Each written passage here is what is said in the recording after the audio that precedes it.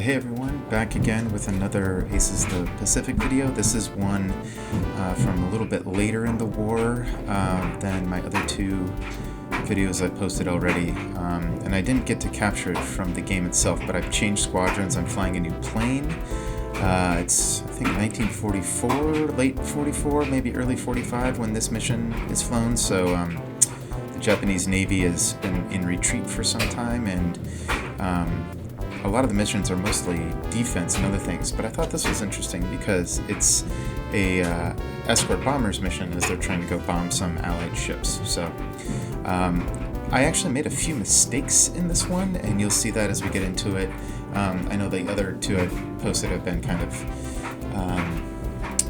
me just kind of doing really well and taking guys down, but this one I made some mistakes, and I'll talk about that when I get to those. So, but first of all, I'm going to do a little scan on the new airplane I'm flying, which is called the George. And you can see you're heavily armed, very maneuverable, but it's slow.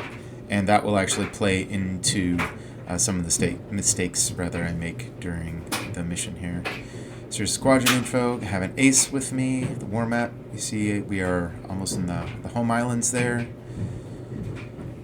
And then the pilot record, and this is kind of fun. I've been accumulating medals. I don't know too much about the Japanese medals during World War II, certainly not as much as I know about the U.S. Navy, U.S. Army Air Force ones, but just kind of fun, really cool details on the graphics and stuff. It's pretty standard start to the mission here, arming all the guns.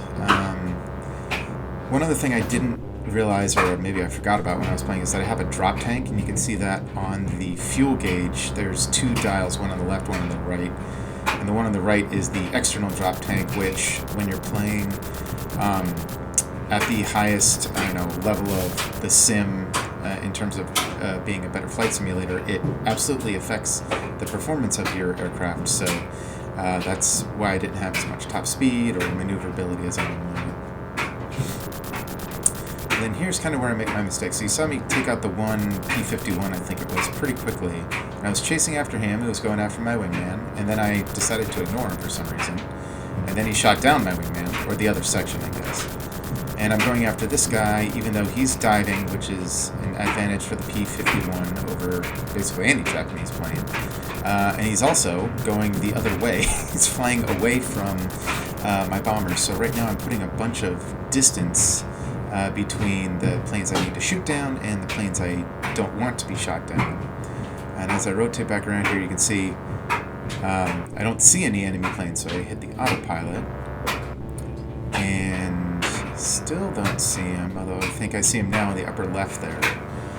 So he's got altitude advantage, he's got levels flight speed advantage, and he's just closer to my bomber. So there's really, unfortunately, not a lot I can do at this point to go after him.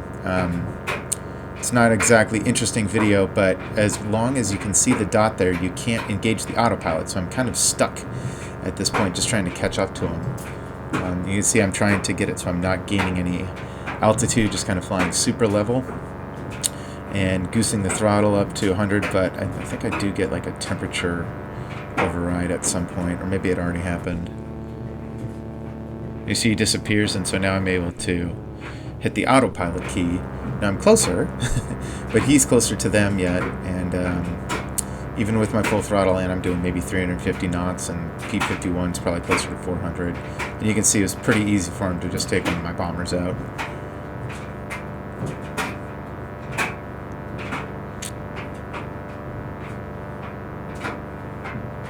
And there's the temp warning again, so backing it off probably to like 80% throttle.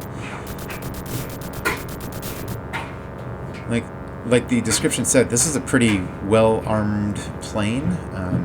All the regular machine guns plus the 20mm cannons. Usually if you can get one good hit or two on any fighter jet or I guess prop plane, you'll take them out pretty quickly.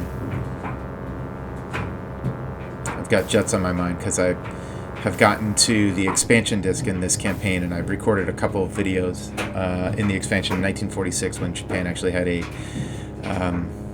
jet fighter that looked a lot like the Me-262 that Germany had. So I'll do another video with that and kind of talk about how that plane operates a lot differently than the prop ones here. Anyway, you can see over the target. The target is a bunch of allied ships. This is probably, I don't know, the 6th or 7th time I actually played this mission.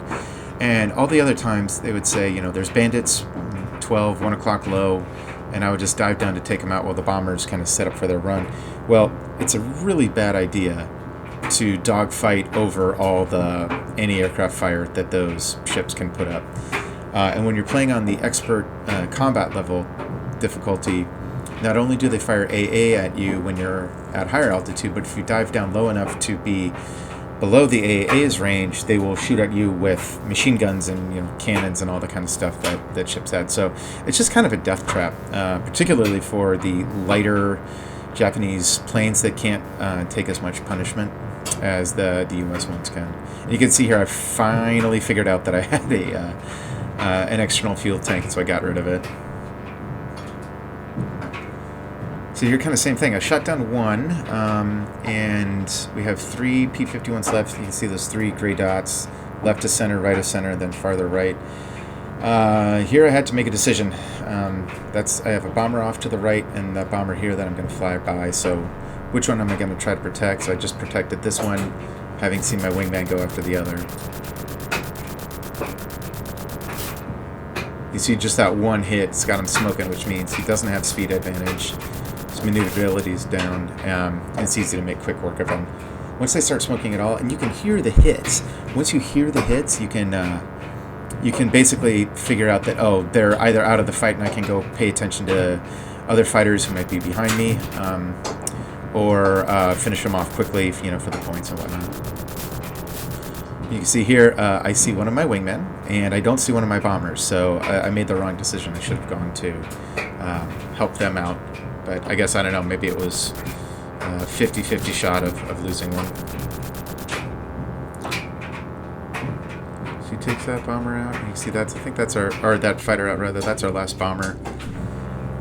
So I'm escorting him to the departure point, which I can't actually see them, which is a way you know that there are more enemy fighters over the target when you're doing these escort missions, because you'll just hit autopilot. They'll say, oh, you're taking them back to the departure point. They won't be at the departure point. You'll get to your debrief and it'll say they all were lost, and it's because you didn't stick around long enough to figure out that there were more airplanes to defend against over the target, and so you have to make sure that all those threats are eliminated before your bombers can quote-unquote safely get back to wherever they came from. Pretty standard landing here. Just use the rudder to turn around, kind of floating down. Got to be a little bit careful with the Japanese planes on landing. They can stall out really easy, and even if you're only maybe 20 feet above the ground, you'll crash. So anyway, here's what that looks like. And you see most of the bombers survived the mission despite shooting down 5. The aircraft lost was one of my own. So pretty fun mission though. Just a lot of kind of different aspects, and you know, getting to fly a different plane than the Zero is always fun. So I'll be back in a week or two after spring break with another video. Thank you.